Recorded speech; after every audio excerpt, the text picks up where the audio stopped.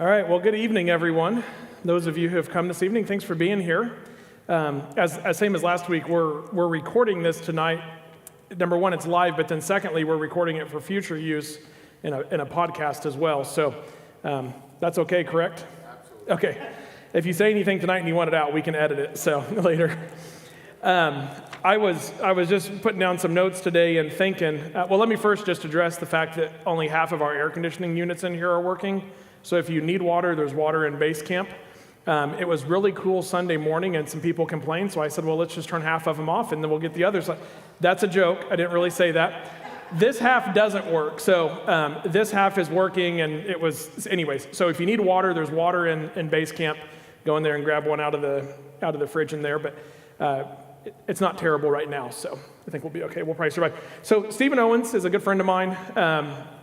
And I was thinking a little bit just how I could introduce, and I would say Bethel College alum, business owner, Kansas State senator, and this is the point where I would make a joke about a senator coming into the church and it being real hot and people sweating, so it's appropriate for the night.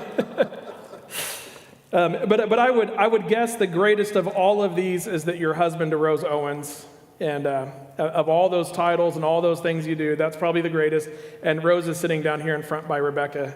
Here in the front. So Stephen, welcome, and we'll have you come up, and you can make sure your microphone is on. Yes, thank you very much. And thank you for putting me on the cool side, because you said this cool side's not working, but this side is. He wears blue jackets like I do too, so we're good there. We go back just a little ways. Yeah. So thank you very much for inviting me, allowing me to come over and spend a little bit of time. I was here when you guys, what's the official word, installed? Installation service. The installation service. I had the opportunity to be here, and just wonderful people. So thank you for allowing me to be here. Not too many pastors can say that a state senator came to their installation service, but I can say it. And I also wouldn't let him say the state senator came to his installation service, because I was there as his friend and not in any other capacity.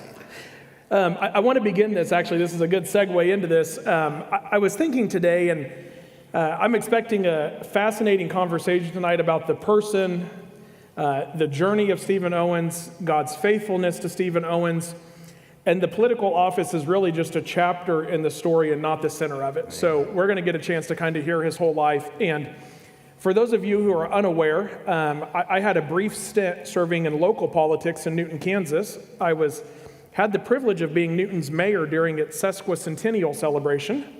If you know what sesquicentennial is, that's a big word, that's what it is. But it was 250 years of Newton being a community, and so I got to be the mayor during that time.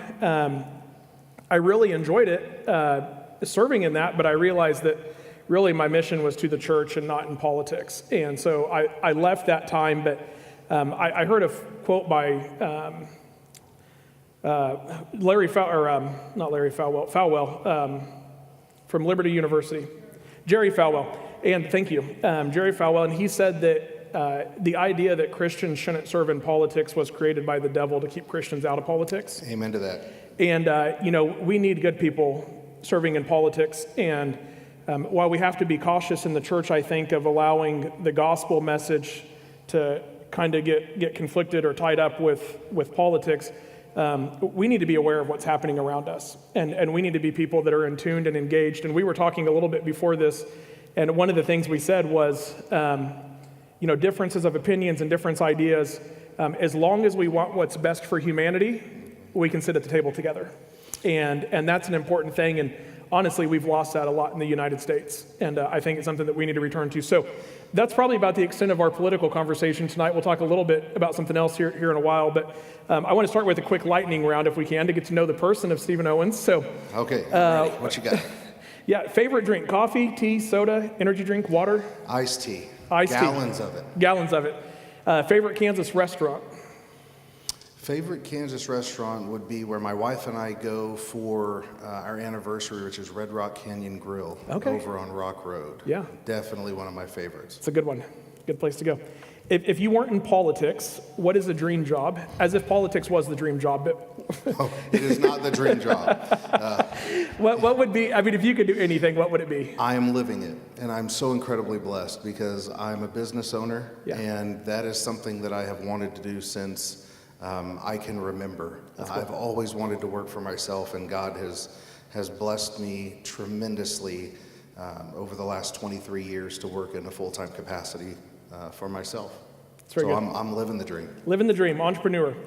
What's one song that always gets turned up in the car and you sing along to? All the Gold in California. Okay. So go ahead and ask me why.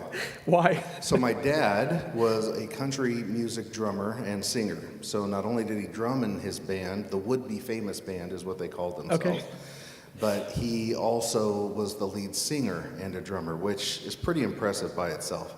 But I will never forget the day that he invited me on the stage at the Woodbridge Feed and Fuel in California, and we sang All the Gold in California together. Okay. And that song just resonates with me because it reminds me of my pops who left this world about 8 years ago. Okay. Do they play it on the radio sometimes? They play it on the radio sometimes, yep. I love listening to the old country music. Nothing better than Alabama and Gatlin Brothers and Statler Brothers. There's so many great. I could go down the path of how I fell in love with K-Love. Believe it or not, I used to make fun of my wife. I really did. And it's unfortunate because I was like, positive, encouraging, K-Love. Yeah. And then we went to a concert. Which band was it at the state fair that year? Casting Crowns, that performed at the state fair about a year and a half ago. And I absolutely fell in love with the music. And it was because it wasn't just music. It was quite literally revival in my soul. And ever since then, that's all I listen to now. And that's what my playlist is made of. Ben Fuller is one of my favorite. Yeah. Black Sheep, the song that he sings, is one that just resonates with my heart right now that I hear regularly as well. It's positive and encouraging. And it absolutely is. But they don't play All the Gold in California, do they? They don't, and they also don't have all the commercials that you hear on regular radio too. So, that's all right. Except during their campaign week, raising dollars. And that's where that's where Spotify comes into play. Okay, favorite sports team, and I left at any age, school, whatever. Favorite sports team, professional. Oklahoma Sooner football, baby. There we go. Yes. Boomer Sooner. Where's Boomer my OSU Sooner. people in the Whoa. room? Get out. Sooner. Get out. So as turn the heat up. I know. So as a young boy in Boy Scouts, our Boy Scout troop had a concession stand there at what used to be Owens Stadium. And this was back when OU wasn't very good. So you were lucky to get 25-30% attendance. But for 4, 5, 6 years, I would put this ice chest over my neck and I would climb up and down those bleachers throwing hot dogs. Okay. The hot dog boy. And back then you could actually get a hot dog for $2. I think they're like $8 nowadays when you go to a football game. But I remember during the fourth quarter we could always sit and watch the rest of the game. And I was born in Oklahoma, primarily raised in Oklahoma, not far from Norman, and Sooner blood, it runs crimson in my veins. Yeah. It's actually the reason he got invited here tonight. I just wanted somebody else to be on the stage, and I'm looking at some of my OSU fans that are here. We're very aware of who those people are in this church. That's all right. They actually get extra prayer, believe it or not. Yeah. Okay. Yeah. All right. Well, the pokes need help once in a while. It's okay. We've ruined this, potential podcast already. It's okay. What's your go-to snack during a long day? A long day in session, what's your go-to snack? Usually it's some kind of mixed nuts. I just like mixed nuts. I enjoy sweet once in a while, but you can really get carried away with that. And so usually mixed nuts. Most used app on your phone? Being an elected official, being on Facebook's incredibly important. Okay. And that is, without a doubt, as anybody can follow my social media feed, it's a rather active and happening place from time to time. And so, it's the one way where I can communicate my message directly to my constituents that I want them to hear. That's not, filtered, it's not interpreted by somebody else. It is genuinely me. And so I definitely spend time getting my message out through social media. That's good. What's one TV show or a movie you could watch over and over?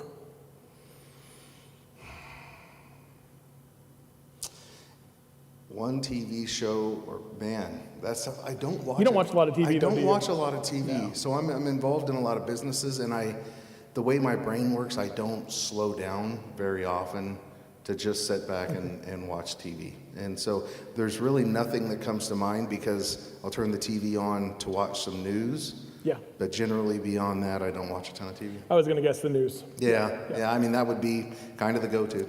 Yeah. If you could have dinner with any historical figure, who would it be? Oh my goodness, there are so many amazing ones. And of course a lot of them revolve around the people that have had an impact in my life.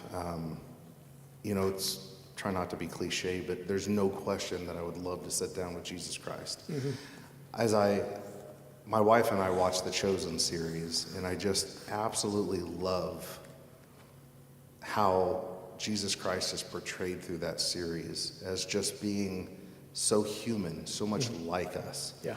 And he just seems like the kind of guy that you could really sit down and just have an honest conversation with, because he would understand me where I'm at the level that I'm at, just like he can understand anyone in here at the level that they're at. Yeah. And so I would love to have a conversation with Jesus Christ. I would also love to have a conversation with Ronald Reagan, because in my mind, in my history, he was such a statesman in how he operated our government, and he did it with such class, and it seems like in a lot of ways we've gotten a long way from that. And so I'd love to learn more about him as well. It's good. I preached this past Sunday from, we're doing a series on events that happen near the water, and preach about Jesus being at the pool of Bethesda, talking about just having a normal conversation. And as you were saying that, my mind went back to Sunday. And for those people that were here, they would know that I kind of highlighted in the sermon the three things that Jesus said to him. And the first thing he said to him was, "Do you want to get well?" And the man didn't say yes. He actually gave a response of why he couldn't. And so you talk about an honest conversation, that most of us view things like that, the more of not so much what we want, but why we can't have it. Right. And so he said, "Why, I can't get into the pool to get," and it wasn't like a rebuke of like, well, you're crazy. You don't realize who's standing right in front of you or nothing like that. It was like, man, pick it. And the second thing Jesus said was, pick up your mat and walk. And so it was, just honest conversation, right? Even doubt and uncertainty and fear and all those things, you could sit down and have that conversation with Jesus. All of the things that we would have, even with all of our imperfections, right? Yeah. To know that he loves us exactly where we're at, and that he, would not sit there during our conversation and pass judgment on the challenges that we've had in our past, but help us look forward to the future. And that's where my focus tends to be. I don't get depressed about what could have been or what was or what happened yesterday, because that's past. Yep. All I can do is change the way that I do things or the way that I approach things going forward. And I think that's really what Jesus Christ asks of us. Yeah. It's what he ended with this guy. He was like, basically go and sin no more. Yeah, that's exactly right. That afterwards. So last question for this little lightning round here. Wasn't very lightning, by the way, either. Sorry. We're getting through it. That's okay. a little bit wordy. I apologize. What's one thing people would be surprised to learn about you? And if you say anything other than that you used to line dance when you were a kid, I'll be disappointed. We were talking about dancing a little bit, and I did have a stint where I would line dance as a young man. A lot of people don't know that I'm a pilot. I fulfilled a lifelong dream about 3 years ago of getting my pilot's license. So when I was a very young man, I was about 8, we lived in California for a stint, and I rode my bike to Lodi, California airport, and I used to watch the skydivers. And then I found out if I had $10, I could actually fly up in the DC-3, the old Douglas, and watch them jump out. And so that was my goal, like every weekend, was to figure out how to get $10. And ever since then, I wanted to fly. And as you were saying, it was something I never thought I'd be able to accomplish in my life. But now that my children are older and I found myself with a little bit more time, and I finally just said, you know what, I'm going to do it. And now I have a little V-tail Bonanza Beechcraft that was made right here in Wichita that I love to fly around it. What's the farthest you've flown it? Rose and I flew out to Hilton Head, South Carolina, Head Island, South Carolina, about a month or two ago, right after the session was over. How many stops on the way did you have? Just one. Just one. Yeah, okay. Just one. We flew most recently to Louisville, Kentucky. Made that without stopping for my son's graduation. So my goal now is I would prefer to never ever fly commercial again if I could get away with it, because it is so much faster and easier to just go. Yep. So there you go. Saturday night when I was on my way back from Denver, some of you who follow me on Facebook, we're talking about Facebook, I posted on there we were circling around Hayes waiting for the storm to pass through Wichita because we were landing right at the time the storm was coming through, and they said, just be thinking ahead that we may have to end up diverting to Oklahoma City. And so I sent it, there's a group of us from Newton that have kind of a group chat, and I sent the text, and I said, well, this is fun, and I screenshotted the thing, and Stephen was the one that wrote back, the pilot in the group, and he said, they know exactly what they're doing. And I was like, I know, I got to preach tomorrow morning, though. That's the problem. So, well, with technology, right? Remote. You can preach from the airport. Get in right there. City. Yeah, right there. Perfect. Yeah, flying over Hayes. That's exactly right. Yeah. Just tie into the Wi-Fi. It'll be great. Yeah, good. So I was thinking today, when we first met, and I can't remember when it was or how we even really got connected with each other. It would have been the Wednesday lunch group at Gertie's. Okay. Is when we really got to know each other. This guy started a men's lunch group at a hamburger joint in Newton called Gertie's.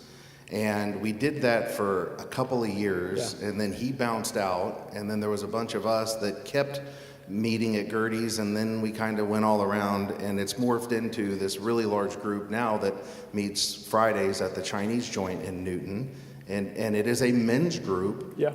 All different sizes and shapes and types of people with different... Literally sizes and shapes. Absolutely right, with different personalities, different backgrounds, different political ideologies. But it's awesome, and it all started because Clint wanted to get some men together for fellowship and friendship over hamburgers at Gertie's that no longer even exists. That was before COVID. Yeah. So, BC. Yeah, BC. There you go. About probably 8 years ago. Yeah, it was quite a while back. But that's really where I remember you coming into my life and beginning to get to know you more. And the first year anniversary of the men's group, I went to Dillon's and bought a giant sheet cake and brought it with me. And I think there was probably 10 guys there to eat the whole sheet cake. So we took a lot of cake home after that. Exactly right. But it was fun though. Gertie's was owned by a local Newton guy. And for several years we met there. He made us like coffee cups, and we got tumbler cups, and it said on it Clint's Men's Group, and it was an anniversary every year. He would give us a new set of cups. So it was a fun thing. And I remember I would write on Facebook and go, if you want to be a boy today, skip lunch. But if you want to be a man, come to the men's group. Come to the men's group at Gertie's. At Gertie's. That's right. So, and there was times it was 15 or 20 guys coming to it. Oh. And some guys that we really didn't even know, but would just hear about it and would want to come and have lunch. And so some of them would stick around, some of them wouldn't. I mean, even the group that meets on Fridays, and I get to go about once a month on average at this point, but we'll have, we've had up to 20, 25 people that'll show up there, and sometimes like last week there were 3 of us, by the way. You didn't show up. I did not. Throw that out there. I was in Texas with Braden, so how's that? So everybody else was somewhere too, and there were 3 of us, but still, it's really great. Fellowship and friendship, because you have people that are everything from business owners to one of our local reporters as part of that group to just other elected folks, just up and down the gamut. Lumberyard manager. Yeah, we can't other forget business about owners, an attorney. Yeah. There's a joke in there somewhere. A pastor, an attorney, and a state senator walk into the Chinese place together. So. That would be kind of funny. Yeah. There's got to be a joke. We'll put that one together. And then we have a mutual friend, Andy Ortiz, and I think that's probably the connection back then that Andy and I were friends. So if Andy watches this, he's a great guy. Good friend. I actually talked to Andy earlier today. Andy has been very close since he was at Bethel as well. Because that's where he and I originally met, and he and I have done some business over the years together. But he is one of my biggest champions. That helps me make sure that my true north compass remains true north. Because when you're in this position and you're going 110 miles an hour all day, every day, nonstop, and you're being bombarded from the left, from the right, from this crazy, from that crazy, having people that will just help keep you in check and keep you in line and challenge you sometimes is an absolute godsend. And Andy is one of those people. So I hope that he is going to watch this tonight. I do too. Yeah, so Andy, if you watch this, I don't know how many times I've gotten a phone call from Andy in the middle of the afternoon, and he's like, man, just calling to check on you and see how you're doing. So great guy. We love him, and we'll do this between Sundays more in the future, and we'll have Andy here one night. Andy has a good story too. He's got an amazing story. Yeah, so let's shift a little bit, talk more about you now. So you grew up in a large family that included adopted siblings. What was it like growing up, and how did those experiences kind of shape who you turned out to be today? That's a great question. So I was born in a small town called Colgate, Oklahoma. I was born in a 3-bedroom barn, as they called it, and that's the gosh honest truth. My mom never forgave me for being almost 11 pounds when I was born. Although the doctor did say, you're done having children after that. So I was the youngest of 4 boys, but then throughout our family, my folks have always had the largest heart for children. And not only did we have hundreds of foster kids during my upbringing, we adopted a total of 7 children into our family as well. So I came from a family of 11 children, 7 of which were adopted. I am the youngest of the natural born, but we adopted 4 of those kids when I was like 7 years old, even younger than that, maybe 5 or 6. And so they've all been just part of the family. Yeah. But so much of those experiences really do shape who you are. And as we were talking about just a little bit early, when we think about, right, being elected, and I'm a conservative Republican, it's who I am, it's what I believe in my core. However, I never judge anybody for who they are or what they believe. Because really, if you stop and think about it, we're really the product of our life experiences, right? Who we were born to, what happened to us in life, what we saw, what we experienced. And so when I'm in Topeka and when I'm working with people, you could be the most liberal Democrat and be 180 degrees opposite, but it doesn't matter. Because you believe what you believe and you're a product of your own upbringing and what has led you to be there. Mm-hmm. So I think to your point, like I was talking about earlier, we've kind of gotten away from that and just respecting other people for where they are. And it's okay to just acknowledge, hey, we all want what's best for the state. We just have a little bit different approach on how we get there. But it really did shape me. It taught me so much so early about the importance of hard work, the importance of family. When I always say we always had a roof over our head and food in our stomach. We never went without in my house. I can't say the same for my wife. A lot of people don't know that she was actually homeless for a period of time. And she'll... We're gonna talk about you guys in a little bit. Okay, Save that. I'll save that for a little bit later. This is the easiest interview I'll ever do. Yeah. But I learned really, really early that if I wanted something, I had to work for it, because the answer was always no, because my parents couldn't afford it. And so when I was 13 years old, I asked my dad to put an ad in the paper for me. But back then when they actually did classified ads and people read the paper, and I put, young man willing to work, 6'2", 100 and whatever pound. I mean, I was a big boy. I just wanted to work, and I had a gentleman by the name of Cy Ferrier call me, and we'll talk a little bit more about Cy Ferrier later. That was my next question was somebody that's kind of mentored you in life. So then I'll transition just roll right right into Cy into is perfect. that, Yeah, because Cy Ferrier, you never know where you're going to meet people that are going to impact your life. Mm-hmm. We never know to what extent that will have an impact either, especially oftentimes as we're living it, right? Yeah.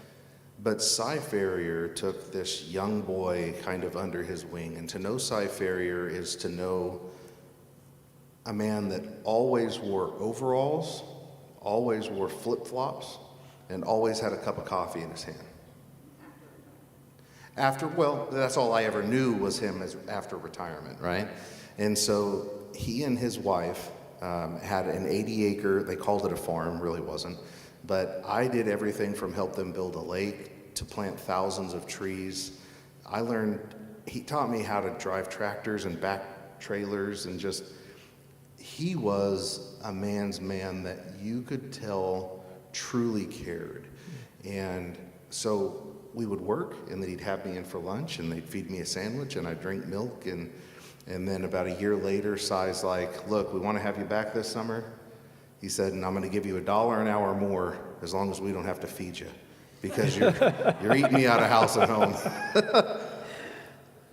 The relationship that was built there, the conversations that were had, the example that he and his wife set, truly set me up for my relationship with my wife. And his wife, Nadine Ferrier, was such an incredible woman. And when I met Rose, one of the first people I wanted her to meet were the farriers. Yeah. Because of the profound impact that they had on my life. And I just can't understate, I had no idea when I was 13, right? 14, 15, 16. You just don't know. But they went on to be our grandparents. They went on to be my kids' great-grandparents. They're both in heaven now, reunited after far too many years apart. But I'm so grateful for them in my life. Yeah, those people, we think about them often, and just kind of these lessons and things they taught us. So what is one lesson today or one thing that Cy taught you that you still think about often that kind of guides you, has shaped you? Them darn females. He would always say that, you know, them darn females. However, he said it was so much love. And the example that he showed of love to his wife. Again, my parents loved each other, but it was a very different example coming from them. And seeing their interaction, seeing how much they cared for each other, how selfless they were for the other person. That resonates with me. Rose and I were actually, we had our wedding ceremony on the yard that I had built next to the pond that I helped build at Cy and Nadine Farrier's property in Newcastle, Oklahoma. So, he had some great quotes, but just how he interacted with his wife really set a lasting example deep in my soul. That's good. So the young Stephen Owens, during those days, what dreams did you have during high school and eventually into college? Man, so the Stephen Owens today is definitely not the Stephen Owens that everybody will remember. Saturday is my 30-year high school reunion in Oklahoma City, by the way. So we're going to go back to that. And I want you to envision me with really long hair for a second, and I have pictures to prove it. I had really long hair. I've only seen you without, so that's hard to imagine. I know. Most people have, because I've been bald for 20-odd years. Less over the last 8 years, too, actually. So, but I'm getting there. So my dad had the worst haircut ever. And so I always swore when I started to go bald, I was just going bald. And so when I started to go bald in my 20s, I just took a razor to it and called it a day. However, back in high school, I had very long hair, wore a ponytail down about the middle of my back. I always had a ball cap on backwards. My favorite pair of shorts was a camouflage cut-off pair of literally, with a sleeveless shirt. And I cared about football. I loved to play football. I lived to play football. I was really blessed that the education side of things in high school came pretty easy for me. But that's what I wanted, was to play football. Good. So now we can talk about Rose for a moment. That's easy. I talk about her for an hour by herself.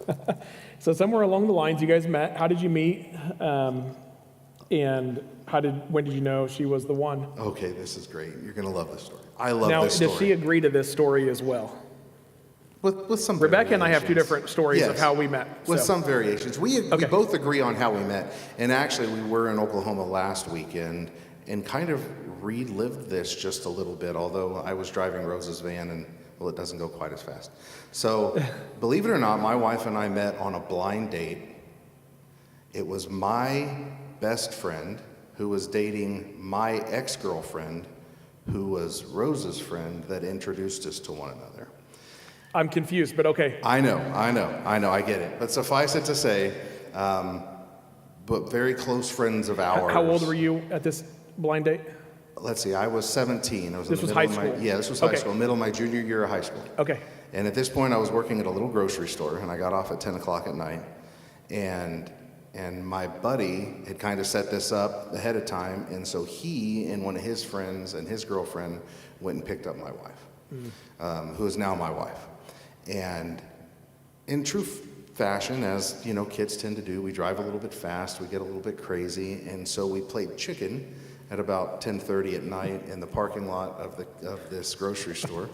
And we kind of spun around each other and roasted our tires, and I was having a great time because, well, I was 17 and living my best life and had a hot rod pickup truck. Yep. And I'll never forget when we came to a stop because she wanted so badly to get out of my friend's Blazer.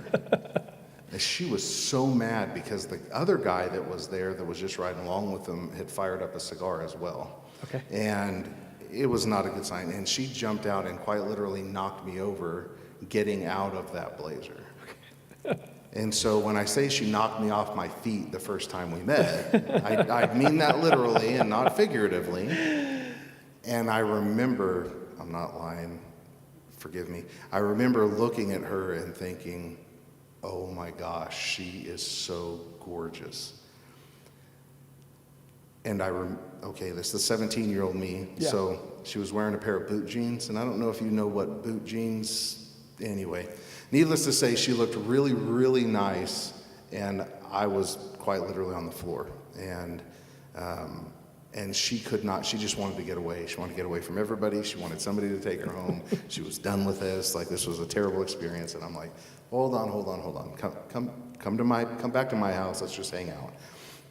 And I'll never forget, about a week or two later, right? And this is back when most people in here remember the landlines.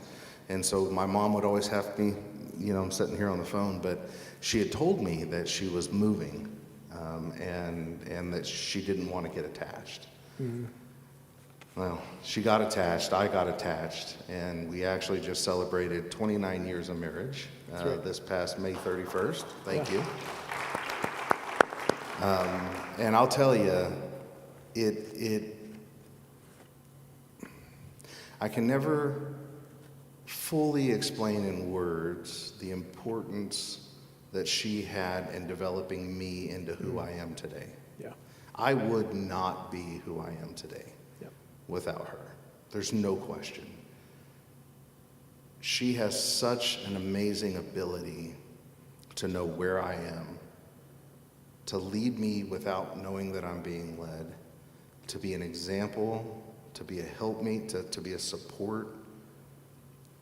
And I mean, when we met, I wanted to be a plumber. And there's nothing wrong with being a plumber, right? That's good and great and all, but I wasn't thinking Mike college. Rowe would be proud. He would be proud, yeah. Yeah. I wasn't really thinking college. I wasn't thinking ahead. I was like, if I get a chance to play football, that'll be great. I'll go play football somewhere. But she was the one that really began to help shape me and mold me and help me realize, hey, there's a lot ahead of us. And so we dated for 2.5 years. We actually chose to come up to go to Bethel College together. Okay, I was going to ask if you both went to Bethel College. Yeah. She actually, as her uncle would say, is a cradle robber because I'm a year younger than she is. Okay. And so she had to wait for me to finish high school. So she took a year at the community college, and ultimately, as I was being recruited to play football, I had a number of different colleges I had the opportunity to go play football at, and she toured them with me, and ultimately, I wasn't as set on Bethel as she was, but when they offered her a football scholarship along with me to go to Bethel College, and I'm not lying, Coach Papa Giorgio, may he rest in peace, will tell you that's exactly what happened. They got a 2-for-1, and so she got a football scholarship to go to nursing school. Okay. And that's what brought us up to Bethel College in North Newton, Kansas. So you said 30th high school reunion, and you guys have been married for 29, so you got married right after high school. Yeah, so we met in the middle of our junior year. We were actually engaged about 6 or 7 months later. Like, I knew. Okay. I knew.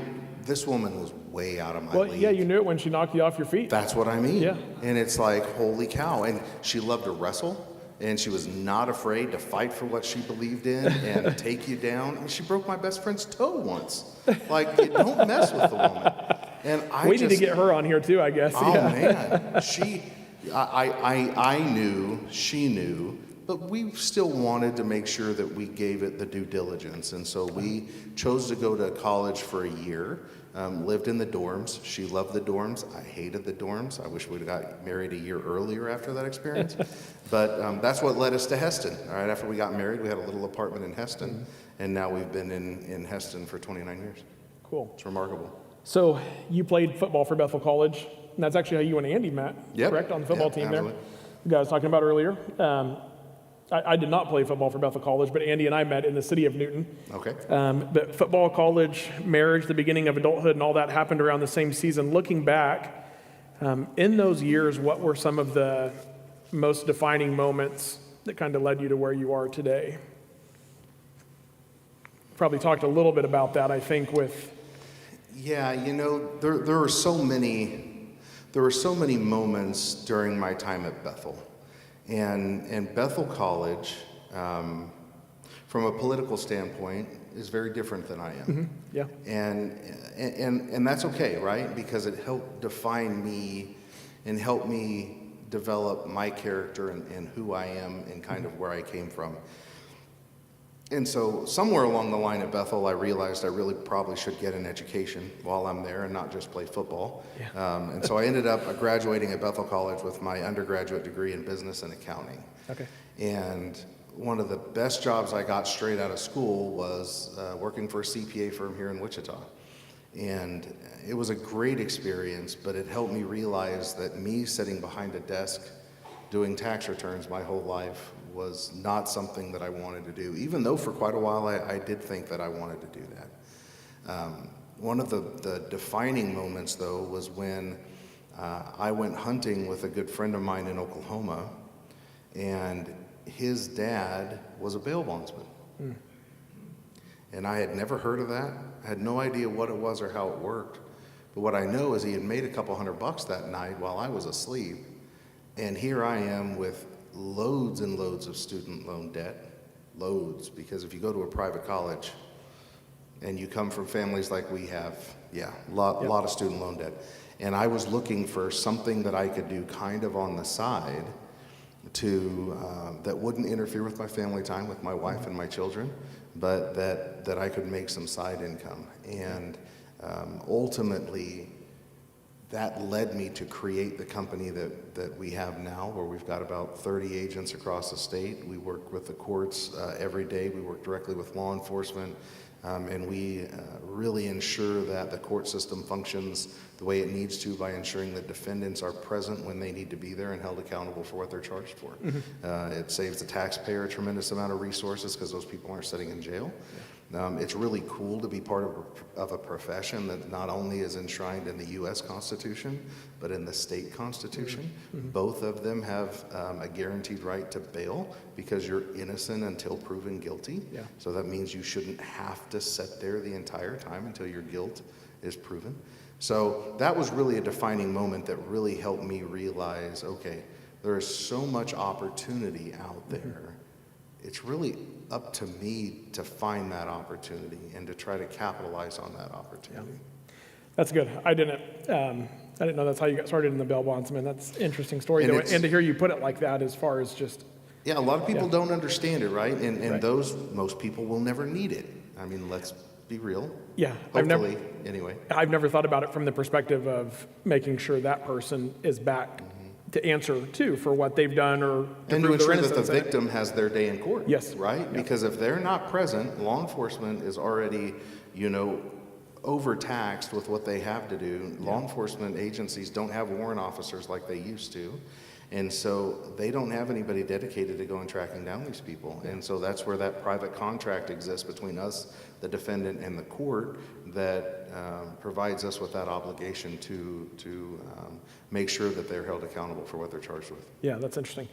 So then somewhere along the line, you and Rose began having kids, and so tell me about kids and grandkids now. I wish I could cast my family picture up on your screen, because I am one of the most blessed individuals in the world. I have not only an amazing wife, but I have 3 fantastic children. Caitlin is my oldest, and she is a lot like her father. Bailey is our middle daughter, and she's a lot like her mother. And then Cale, who is just a solid young man who I'm incredibly proud of. But each one of those kids came with their own challenges. I remember, I can't tell you the number of times and the tears shed because each one of our children had some chronic health issue. Our son, Cale, and I know you're going to ask me about... No, this was actually, this is where I was going to take this, so tell us about Cale and the brain tumor, yeah. Yeah, so my son, I'll never forget.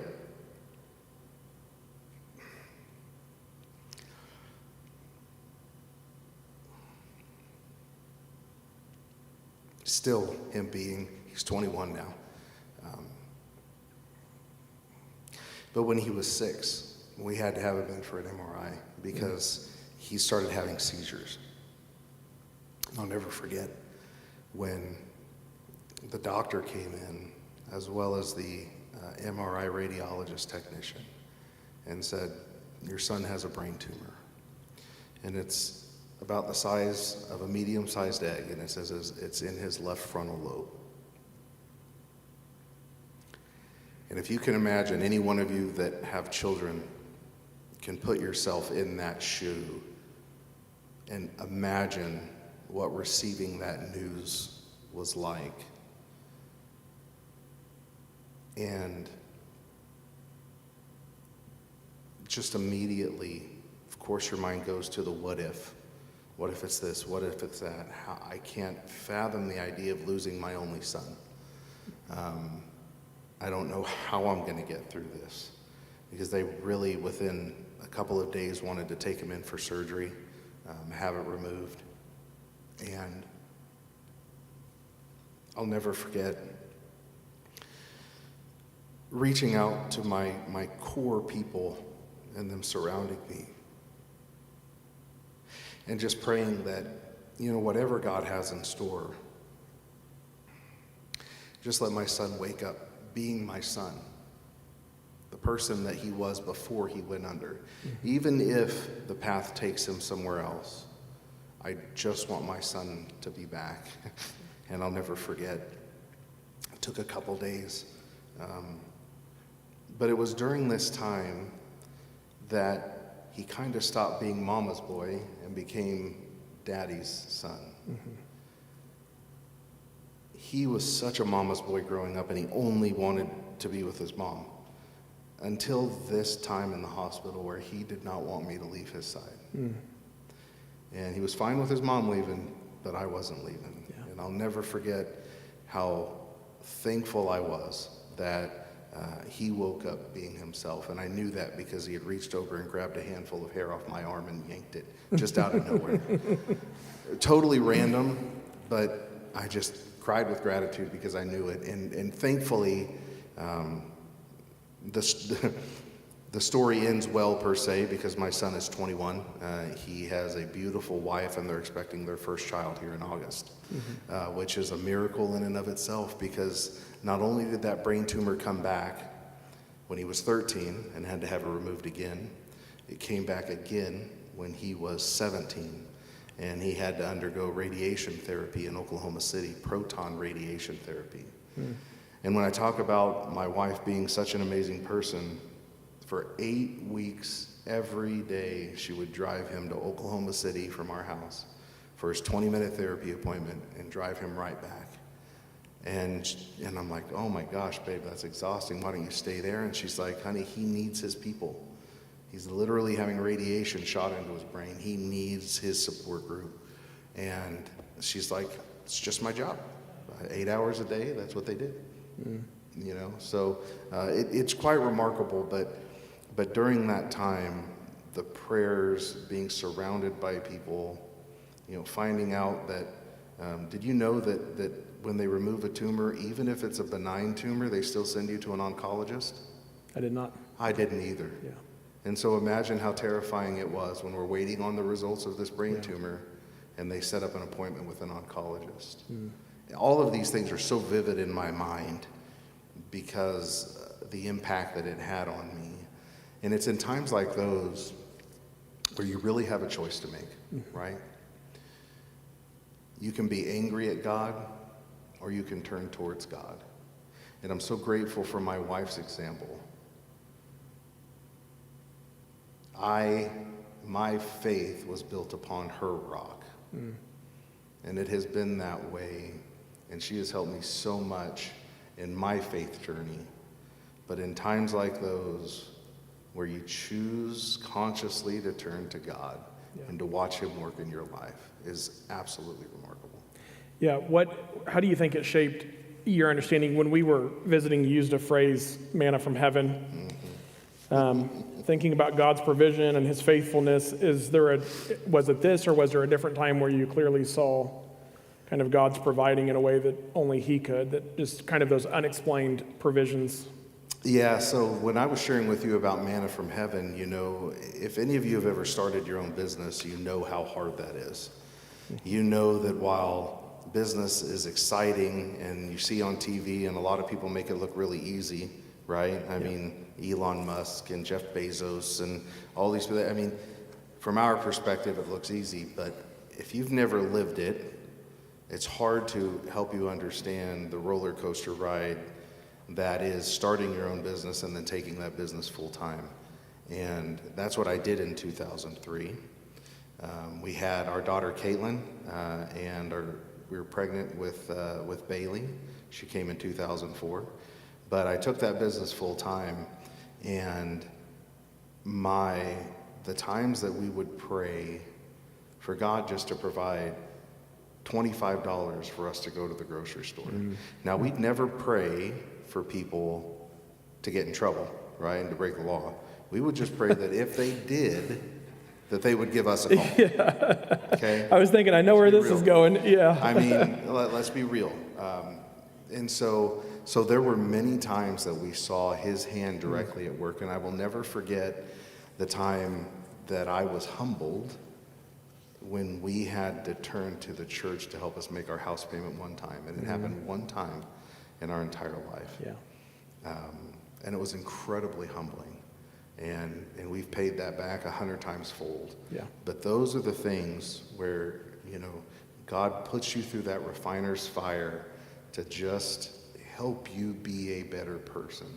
I say being elected, there's so many things that have happened in my life that have helped me to be a better elected official representing people in Topeka.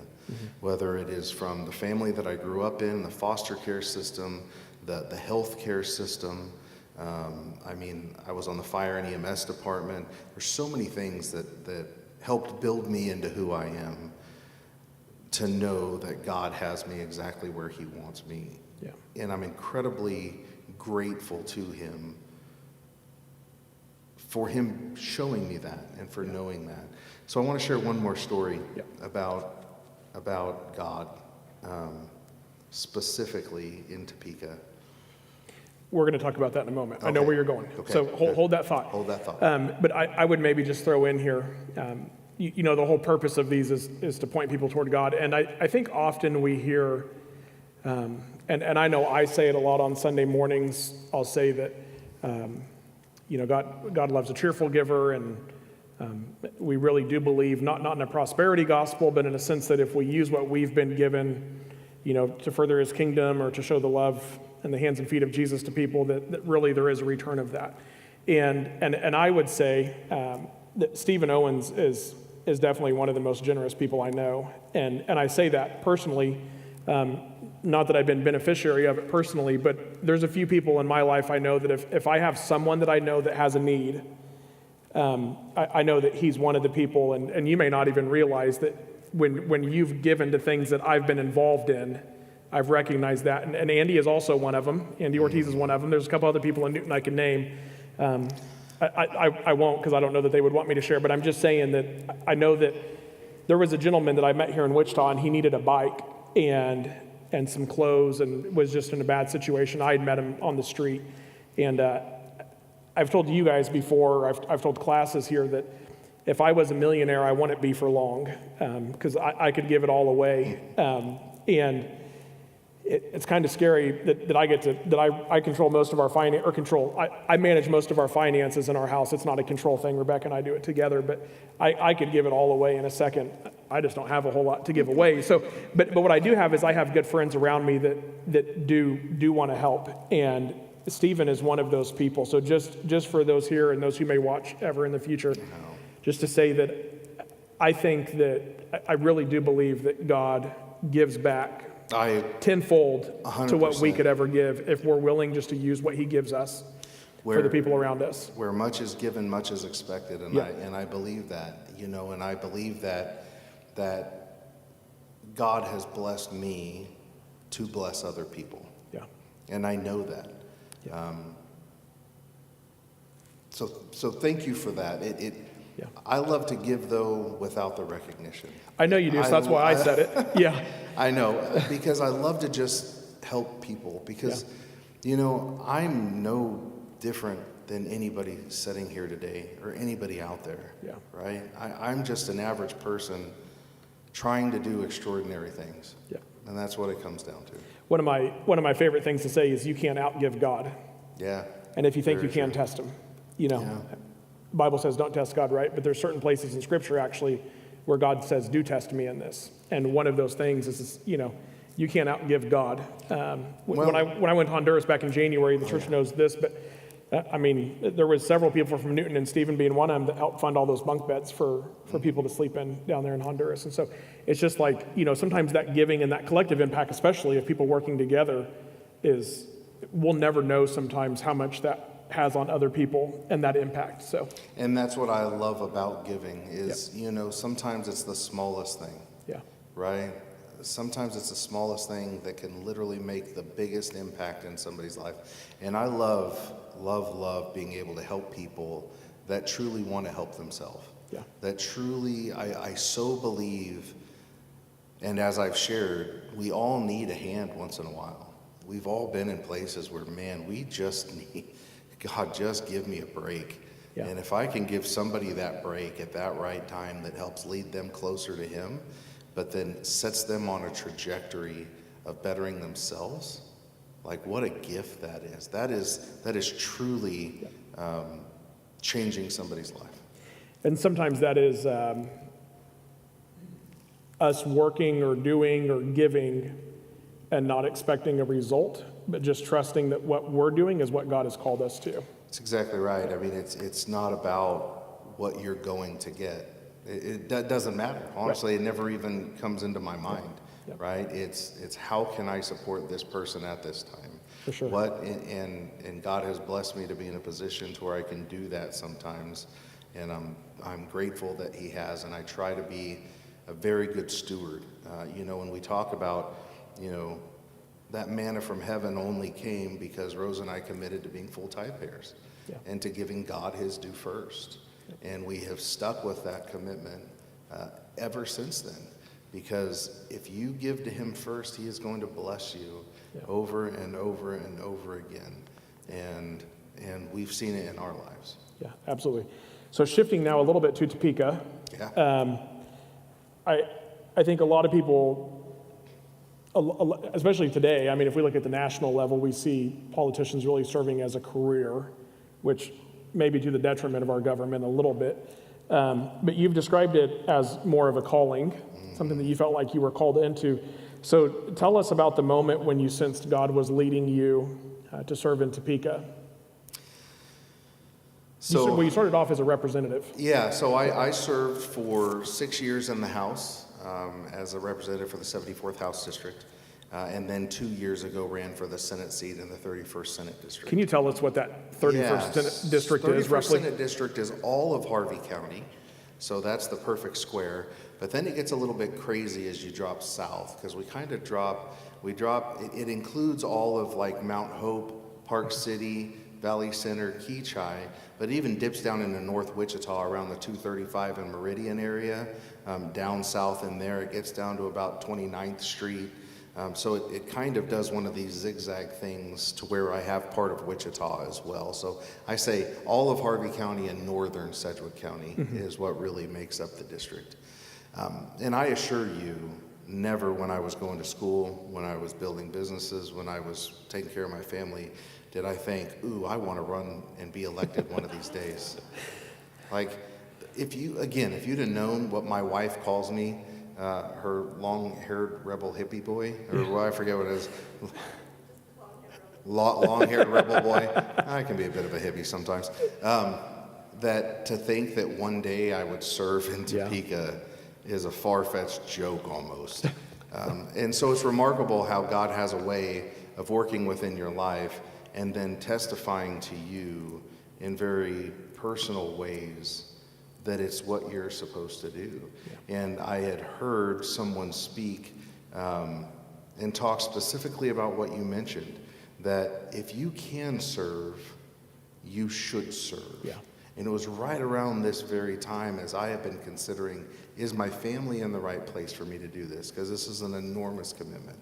Is my business in the right place for me to commit to doing this? Because, I live in Topeka mid-January through generally the end of April, Monday through Friday. I get to come home Friday for Chinese food about half the time. But even when I'm home on the weekends, it's not like my brain is actually here on the weekends because the pace and the session is so fast, it's so intense. I didn't know that going into it, but still making sure that everything was in the right place. So not only was it made abundantly clear to me that I should run, it was such an amazing blessing for our family that I did.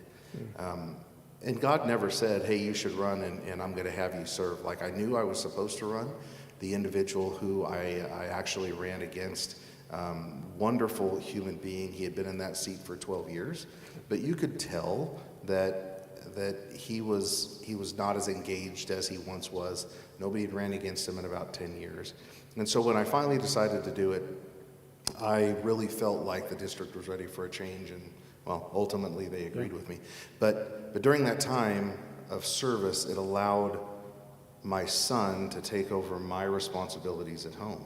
So he was, I believe, 13 or 14 when I first was sworn into office, and allowing him to develop the level of responsibility, because Dad's not home. It means Dad's not going to tell you to take out the trash. You just need to know to take the trash out. And by the way, since you're taking care of your mom, you also have an obligation to take care of your sisters too, because they're the women in our lives, and we take extra good care of the women in our lives. And so these lessons that he got to learn and develop into a man was all part of this. And so, knowing that is where I'm supposed to be adds so much reassurance that things are going to be good back home too, right?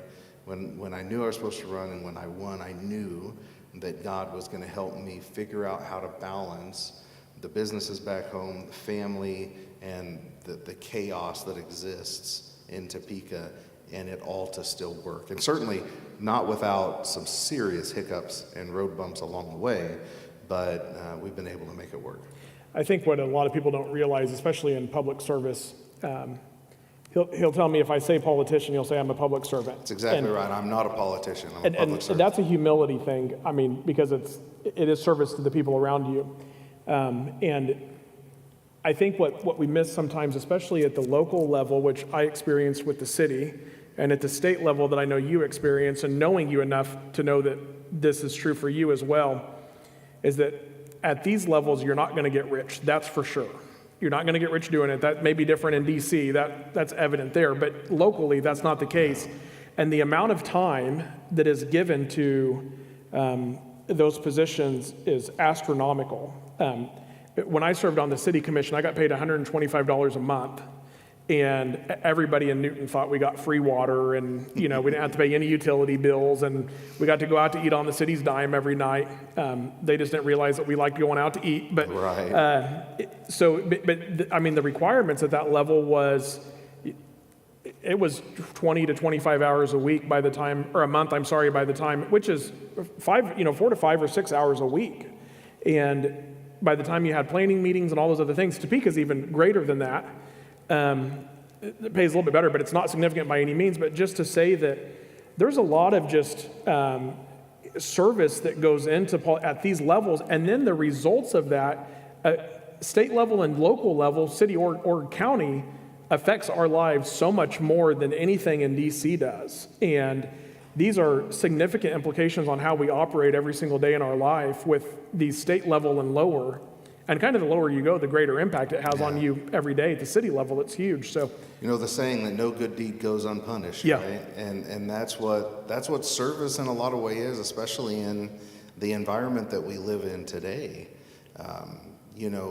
Again, I consider myself so incredibly blessed that I can afford to commit the amount of time that I do, because not only is it 110% of my time, if that were to even exist, when during the legislative session, but even outside of the session, I spend better than half of my professional time in service, attending meetings, meeting with constituents, meeting with organizations, meeting with city governments, county governments, trying to solve the challenges that they face where I can have an impact on a state level. I mean, just right now I'm in the process of trying to convince Evergy that they should allow the city of Newton to put speakers on their electric poles downtown, because they bought this sound system so that we could have Christmas music and stuff like that playing downtown, and Evergy doesn't want to let them use a pole that's sitting there perfectly anyway.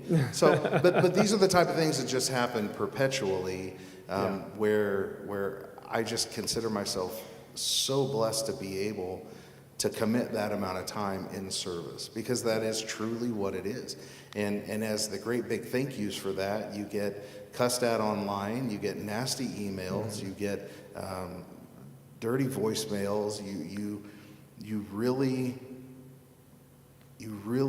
deal with an awful lot. And I can't tell you the number of times that I've asked my wife, why in the world do I subject myself to this? I don't have to.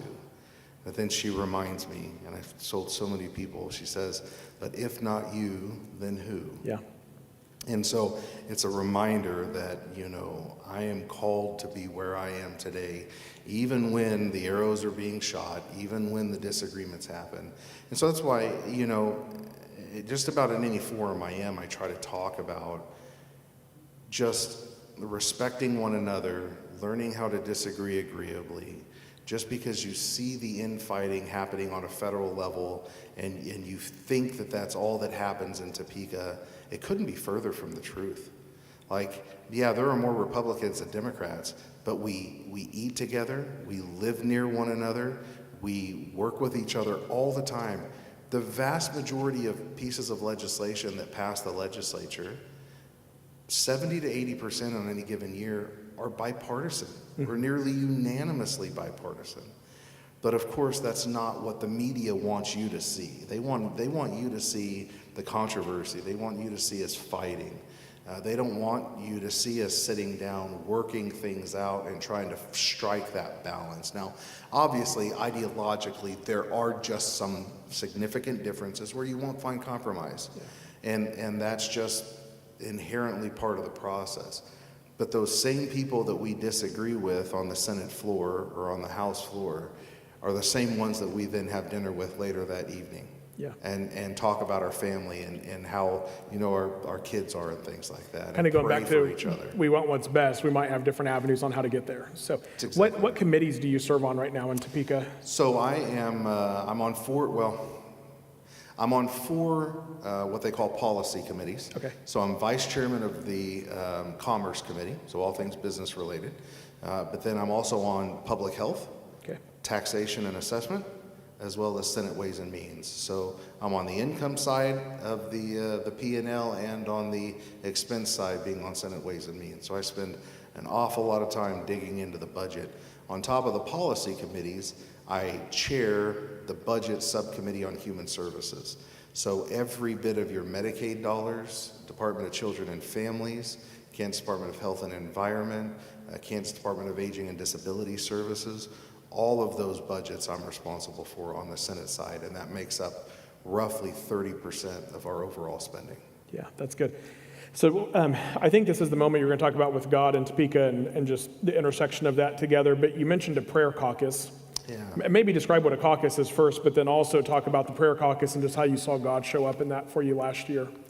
Well, thanks for that, because as we were kind of talking about, hey, what do we talk about? I intentionally wanted to point into this because this is probably one of the most recent examples of God working in Topeka. And we can go all the way back to our forefathers and the founding of this country, right? It was really founded because of religious persecution. Mm-hmm. I mean, and we see God permeate all of our forefathers' lives, the documents they wrote, our Constitution, Bill of Rights, just all of these things. So God has a role in government. And anybody that wants to talk about the separation of church and state, we should have a real conversation with, because you talk about a phrase that is so misinterpreted in where it comes from. By the way, that's not written in any Constitution or any Bill of Rights. I want to be clear about that. So this idea that there has to be separation is absolutely not the case. Separation of church and state has to do with the state not forcing religion on you, not religion being involved in what goes on in government. If you've never, let me just interrupt for a second. If you've never read the letter that was wrote to the Danville Baptists, that's worth going to check out sometime. And I love to have the conversation with people, especially when I served in politics in Newton and I was still involved in the church. I got a lot of people that said, "Oh, what about the separation of church and state?" And it was 100% meant to protect the church from the government, not the government from the church. That's right, absolutely. And so if you've never had a chance to read that letter that was wrote to the Baptists, it's worth going. You can find it online, and it's short. It's not real long, but it's a guarantee that we're going to allow you to practice your religion the way you want, which is the freedom of that is what the United States was founded on, and for us to be able to practice as we want. And then in turn, sometimes those practices influence how the government operates. And it wasn't a two-way protection, it was a one-way protection. It was a one-way protection. And we are a citizen legislature in Kansas. It's not a full-time job, we're not paid a full-time salary. Like when you go to DC, you're in Congress or the US Senate, you've got to sell all your businesses. Like you can have no other job other than that job, and you're paid a full-time wage for doing that. Well, in Kansas, we're a citizen legislature. Our forebearers wanted to make sure that we stayed connected with our community, that we had jobs outside of Topeka. They never wanted it to be a full-time job, right? And so when we go up there, legislators, because of the challenge that it creates, it's hard to have a real job for 5 or 6 months and then be in Topeka for 5 or 6 months. A lot of people don't like hiring that kind of employee. For me, it works because I'm self-employed. For other people, it works because they're retired. There's some attorneys. There are some different folks in different places up there. But God, if God is central in your life, He's going to be central in the way that you govern as well and in the decisions you make, right? Back to my statement earlier that we are really the summation of our life experiences. That is what drives me. God's influence in my life and in who I am as a person permeates every decision that I make. Like, I think about, as I'm making decisions, the role that He plays in my life and the fact that I am there because He wants me there. And so there was a time, so when I made the transition from the House to the Senate, not this year, but in 25, I thought I knew what I was in for, and I thought, it's just going from one rotunda right across to the other, and it was no big deal. I know how government works. Well, when you go from 125 people in the House to 40 people in the Senate, and you become one of 40, not only do you have 3 times as many phone calls, 3 times as many constituents, but really your vote almost carries 3 times the weight too. And so with that comes 3 times the conversations from the lobbyists and the organizations that want to influence your vote, because if they can influence enough people in just the Senate, then they don't have to worry about chasing 60 or 70 in the House if they can chase 10 or 15 in the Senate, right? So you couple these changes with the fact that there are some senators that have really, really big egos and think very highly of themselves.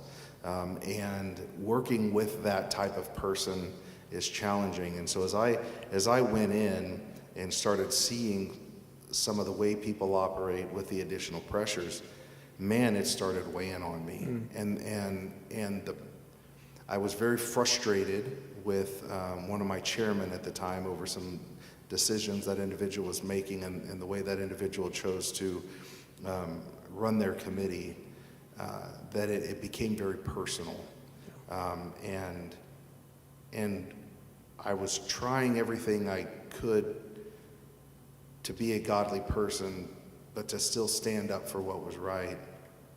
And somewhere along the line, I literally lost my way. I lost my why, right? I had been true and faithful and always recognized that God had me there for a reason. But all of the external forces that were working around me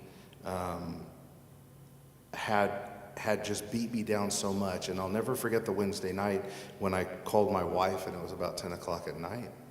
And I'm almost in tears, and I'm like, babe, I think I'm in over my skis here. And if you could have heard a jaw drop, you would have heard her drop, because she knows I'm used to balancing a lot of things. Mm-hmm. And she's never once heard me say that I feel like I'm in over my head or I'm in over my skis. Yeah. But at this time, I had such a headache for weeks on end. I had felt terrible. I was so out of sorts. And she's like, babe, why don't you just take the morning off, sleep in, try to get some rest, right? And just make that happen. Remember, this is the wife that knows you. This is the wife that knows me. However, God had a different answer for me that day, because on Tuesdays and Thursdays in Topeka, there's a prayer caucus. And a caucus is simply a group of like-minded individuals that like to get together. Okay, so like I'm also chairman of the Kansas Truth Caucus. Kansas Truth Caucus is a large caucus of conservative legislators that fight for limited government, individual liberty, free enterprise, and traditional values. Mm-hmm. I call them the LIFT principles. That's what we believe in, and so we're a caucus. We come together under that umbrella. Well, we have a prayer caucus in Topeka that meets Tuesday, Wednesday, and Thursday mornings. And I had made a habit of going because I felt the pressure and I felt out of sorts.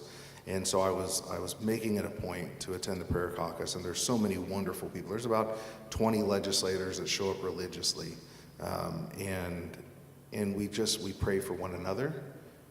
We pray for our families. We pray for our businesses, right? Just like God tells us to pray over our flocks and our fields. And like that's literally what we're doing.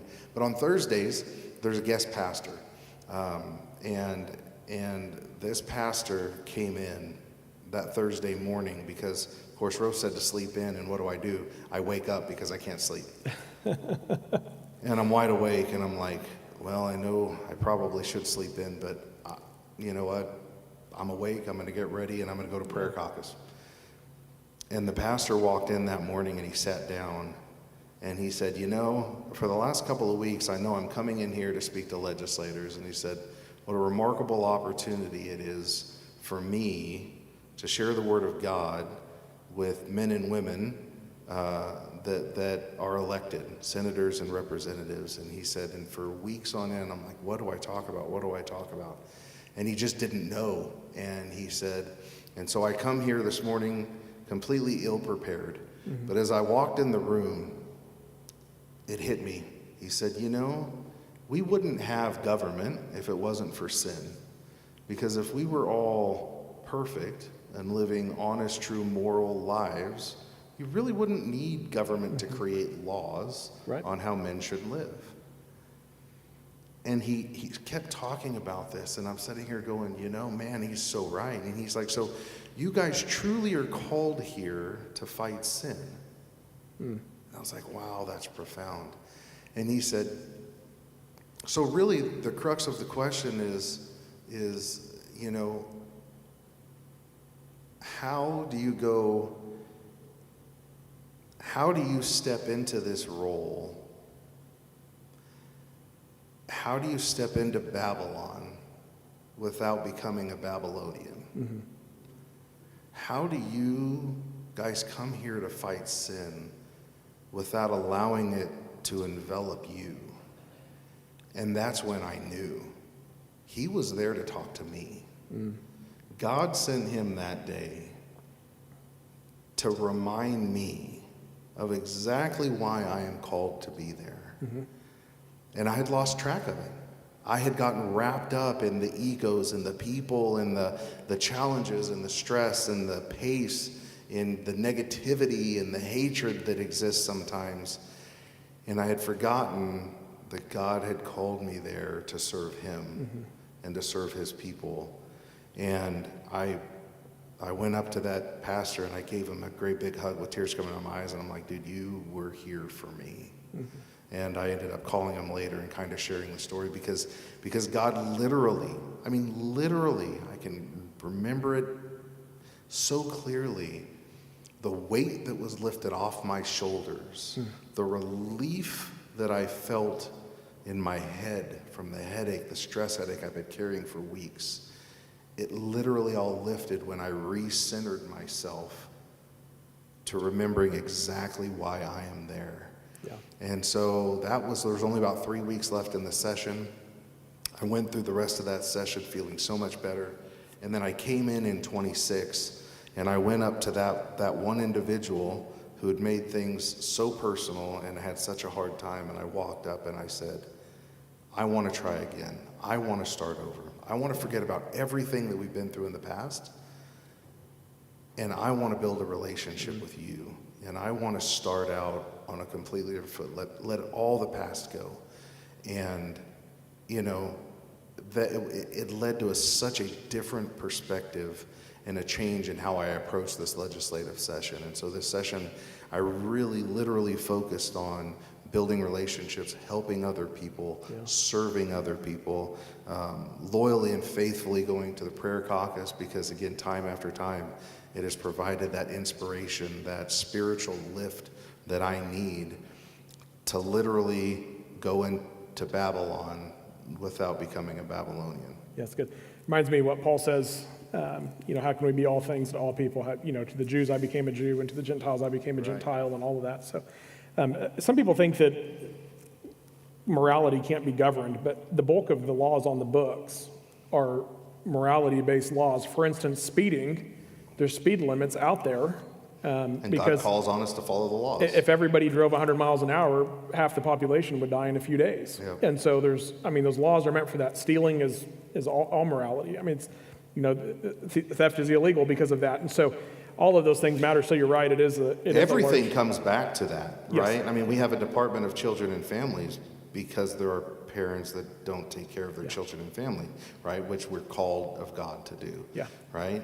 We're called to take care of our elderly and those that have come before us, right? There's so many things, and when you wrap it all up and you look at the basic fundamentals of what government was created for, so much of it can be tied back to that. And it is why it's so important to be educated, on who you're voting for, and because these things really do affect us.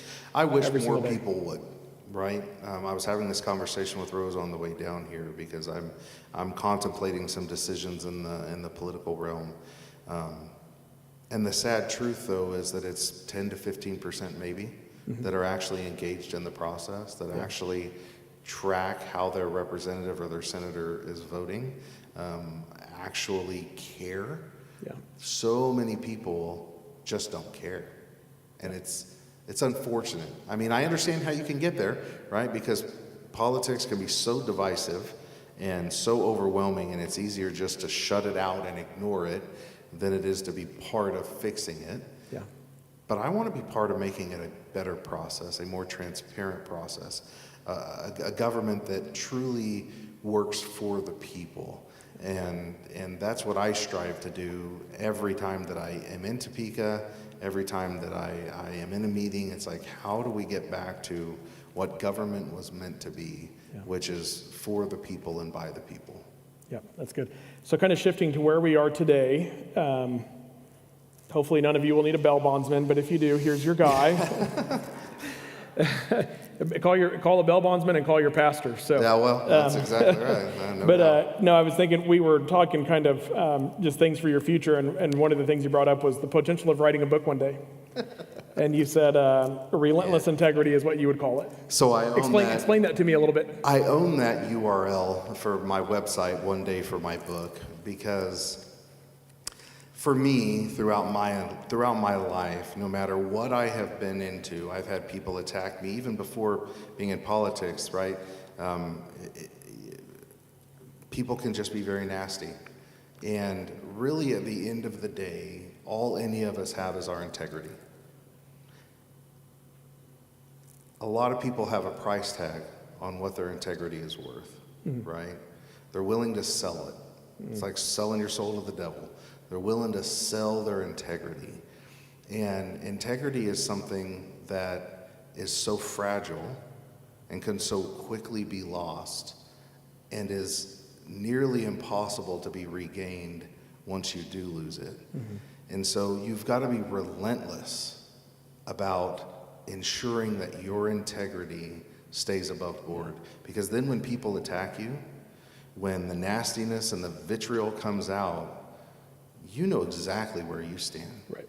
And your reputation and your integrity will speak for itself. Yeah. And so I do have this dream one day, and maybe now with AI it might come to actual fruition, because I hear AI can write a book for you in like 20 minutes. I don't know.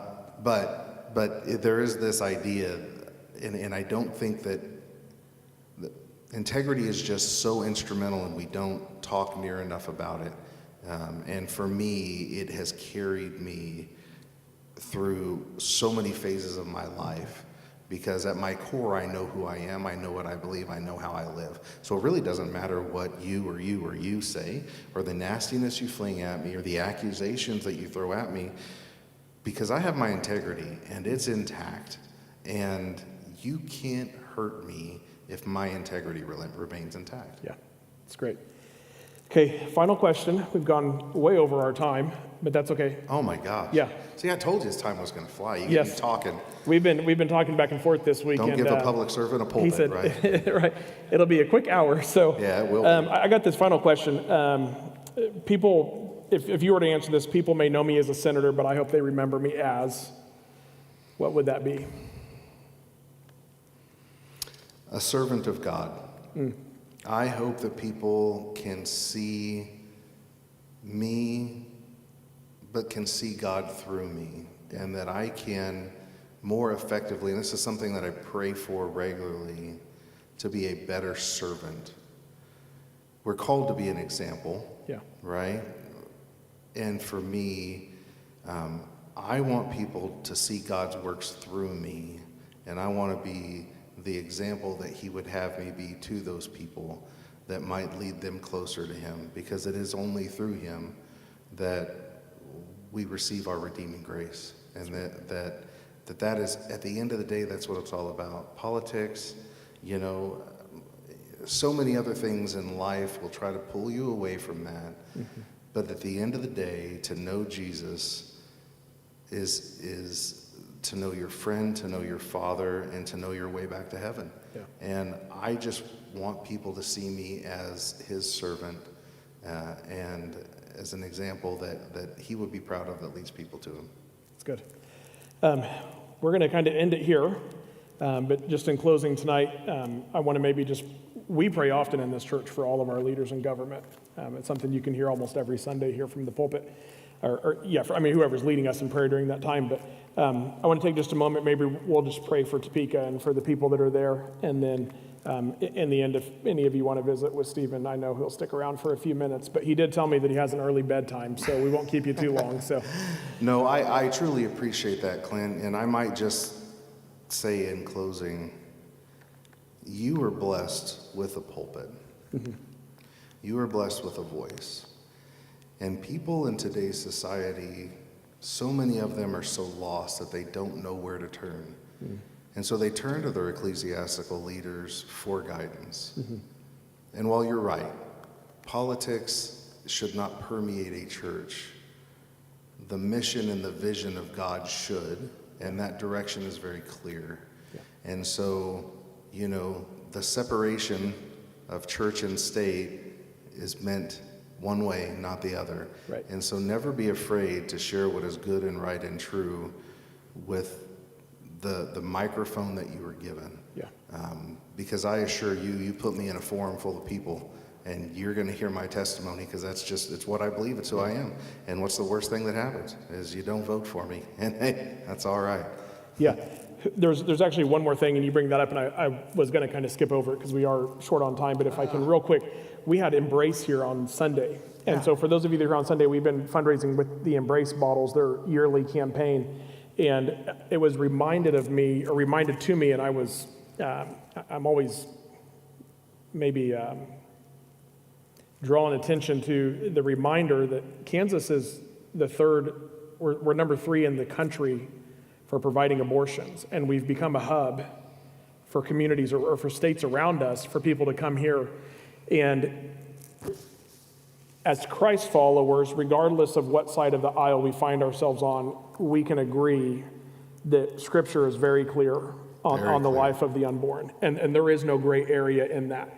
And so there's a lot of topics in politics that we don't need to discuss in the church. There's lots of things we can leave alone. This is one of those things, though, that the church needs to be vocal on. Absolutely. We can say, I mean, for instance, abortion would be way more legal today if the Catholic Church hadn't taken such a stance for such a long time. Very true. The Catholic Church is very responsible for keeping that at bay in some areas. However, in Kansas, I mean, we're the third leading state and per capita, so we're higher than other states like California in the country, and that's scary. I don't remember what the top two are, but it wasn't California. And I just thought that's crazy. So just, can you speak a little bit about that? I know that a couple years ago there was the Value Them Both amendment, which failed, and lots of reasons why. There was some confusion around it. Well, but ultimately it was Satan working on the hearts and minds of people to confuse them, right? And to distract them from what the mission was. Because really, we have come so far in saving so many babies for so long that the Kansas Supreme Court completely undid that in 2019 with, I believe it was called the Hodes ruling, that found under strict scrutiny, which is a legal term, the inherent right to an abortion in the term liberty in our Constitution. Really, it was an activist Supreme Court. It's a pervasive challenge that we have because under our current system, Kansas is the only state that allows a group of attorneys to pick who's going to be on the Supreme Court. Mm-hmm. They do. The group of attorneys pick names, and they give 3 names to the governor, and the governor has to pick one of them. It's that simple. It's not the way it's supposed to be, but it's the way that our system has worked since the 50s. A little plug in there, we'll have the ability to vote on that here in August in the primary, and I encourage you to just vote yes and research what vote yes on that amendment means.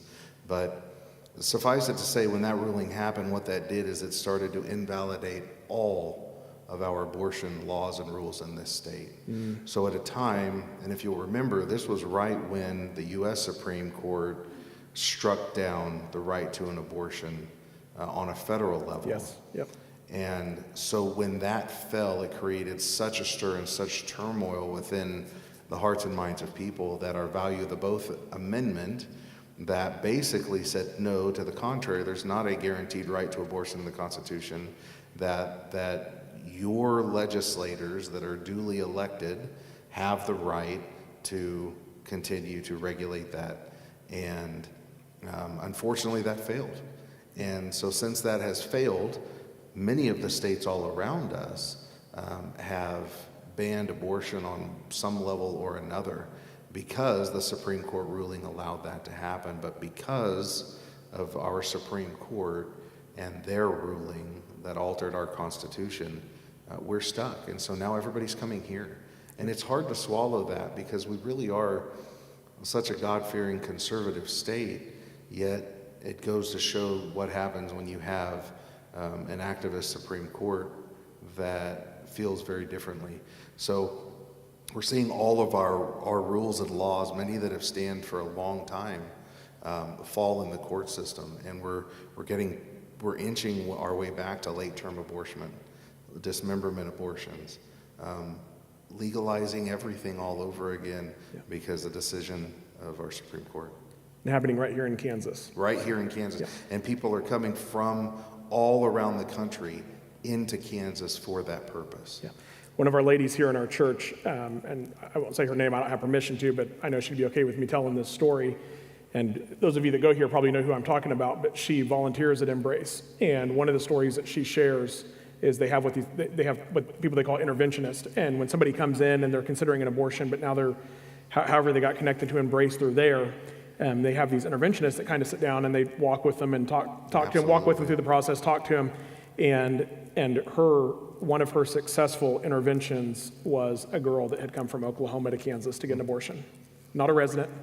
Lives in Oklahoma, has a house there, but had come here to Kansas just for the abortion. And that's the majority of the abortions that occur in our state are from out of state. Not only supporting organizations like Embrace, but most all of our communities have a pregnancy resource center. We have, it's not Heart to Heart, it's Heartland Pregnancy Resource Center up in Newton. You know, do a wonderful work because many people They don't know what support exists for them, and there are people that are willing to go on that journey. There are people that would love nothing more than to adopt that baby if you have that child and choose that it's not the right time for you. Yeah. What I've been saying here with fundraising and is that if we're gonna say it matters, then we have to show it.